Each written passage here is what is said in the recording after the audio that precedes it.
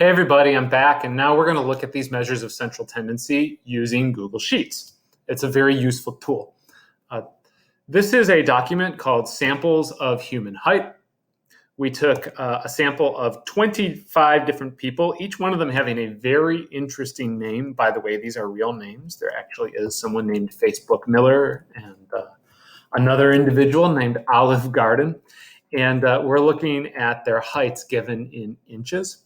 This document is available on our course management software. What I'd like you to do right now is open it up and then make a copy of it so that you can edit it and call that copy Samples of Human Height dash and then your name. Okay. So pause the video, go ahead and do that, and then we'll get started. Okay, here we go. So we have 25 different heights here and we want the mean. I'm going to put it in this cell right here. This is G3. What you need to do is start by putting the equal sign, and then there is a formula called average. And all you need to do is tell Google Sheets what cells you want the average from. Now, there's a couple different ways that you can do this.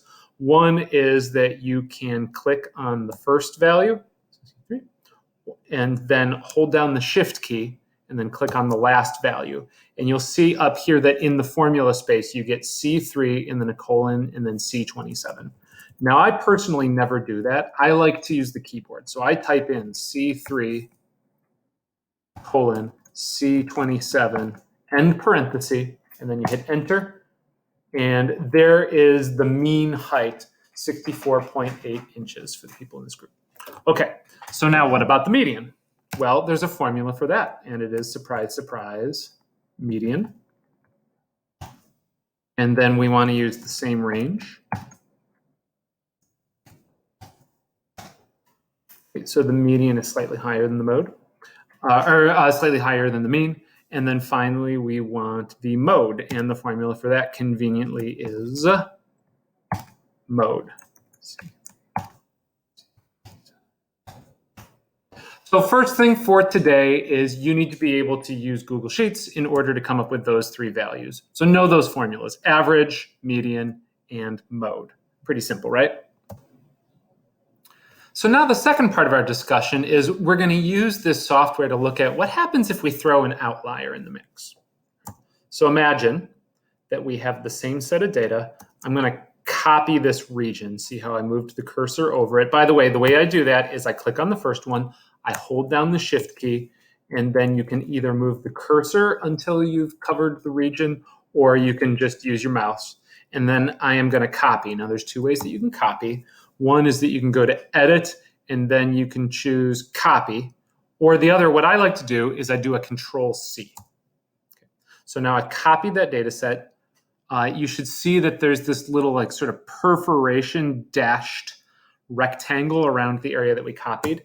If you just move to the top rectangle of the new column and then you do a paste. Now paste, same game. You can either go here and choose Control V, or you can do what I like to do is actually within that space, go Control V and it'll paste.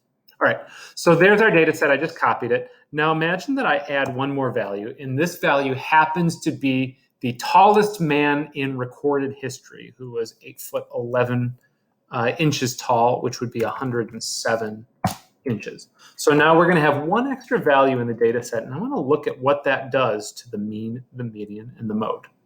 All right, so right here, let's do those formulas again, but we're going to be using this column right here. Good challenge. Pause the video right now, and then see if you can come up with this, and this on your own. All right, so I've unpaused the video here, and I have our three values. Boom, boom, boom. Let me show you the formulas so that if you didn't get these, you can see where I got them from. For the mean, it's average from D3 to D28. Remember that we're in a new column now, so we're in column D, and that we have one extra value, so it needs to go to 28. The other two are similar. Median on that region, and then mode on that region. Okay, now let's look at what happened. I see that the mean changed quite a bit. In fact, how much did it change by? I can do equal to this value minus this value, just by throwing in this one really, really tall dude, this outlier. It took the mean and it increased it by 3 full inches. That's a lot of height for an average, right? Now, if you look at the other two, I'm just going to take this formula and I'm going to copy it here and here. You can see that the median and the mode, they didn't move at all. So the outlier did not have an effect on them. And that's the other big thing that you want to get out of this, is that when we have outliers in a data set, they are going to affect the mean, but they are not going to affect the median and the mode. So finishing up here, I'd like you to get your composition notebook out, and let's make some notes about what we just learned about outliers. First thing is this. We discovered that the mean changed quite a bit, and there are some words, there's some language that we're going to use for that. We say that the mean is sensitive. It has strong sensitivity, strong feelings. It is sensitive to the presence of outliers. So here's what that means. Do not use the mean to describe the center when outliers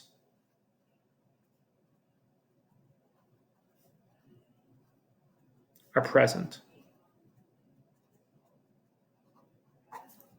Okay, that's the mean. Now the other two are the median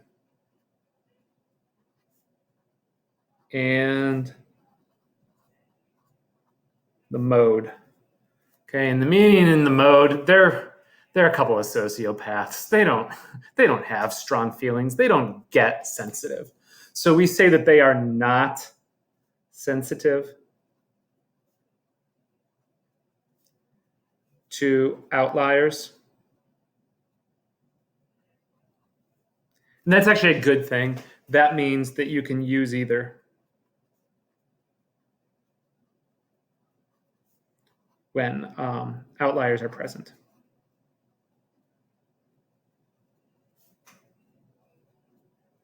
We'll talk more about how to choose which kind of measure of center in a future video, but let's leave it there for now.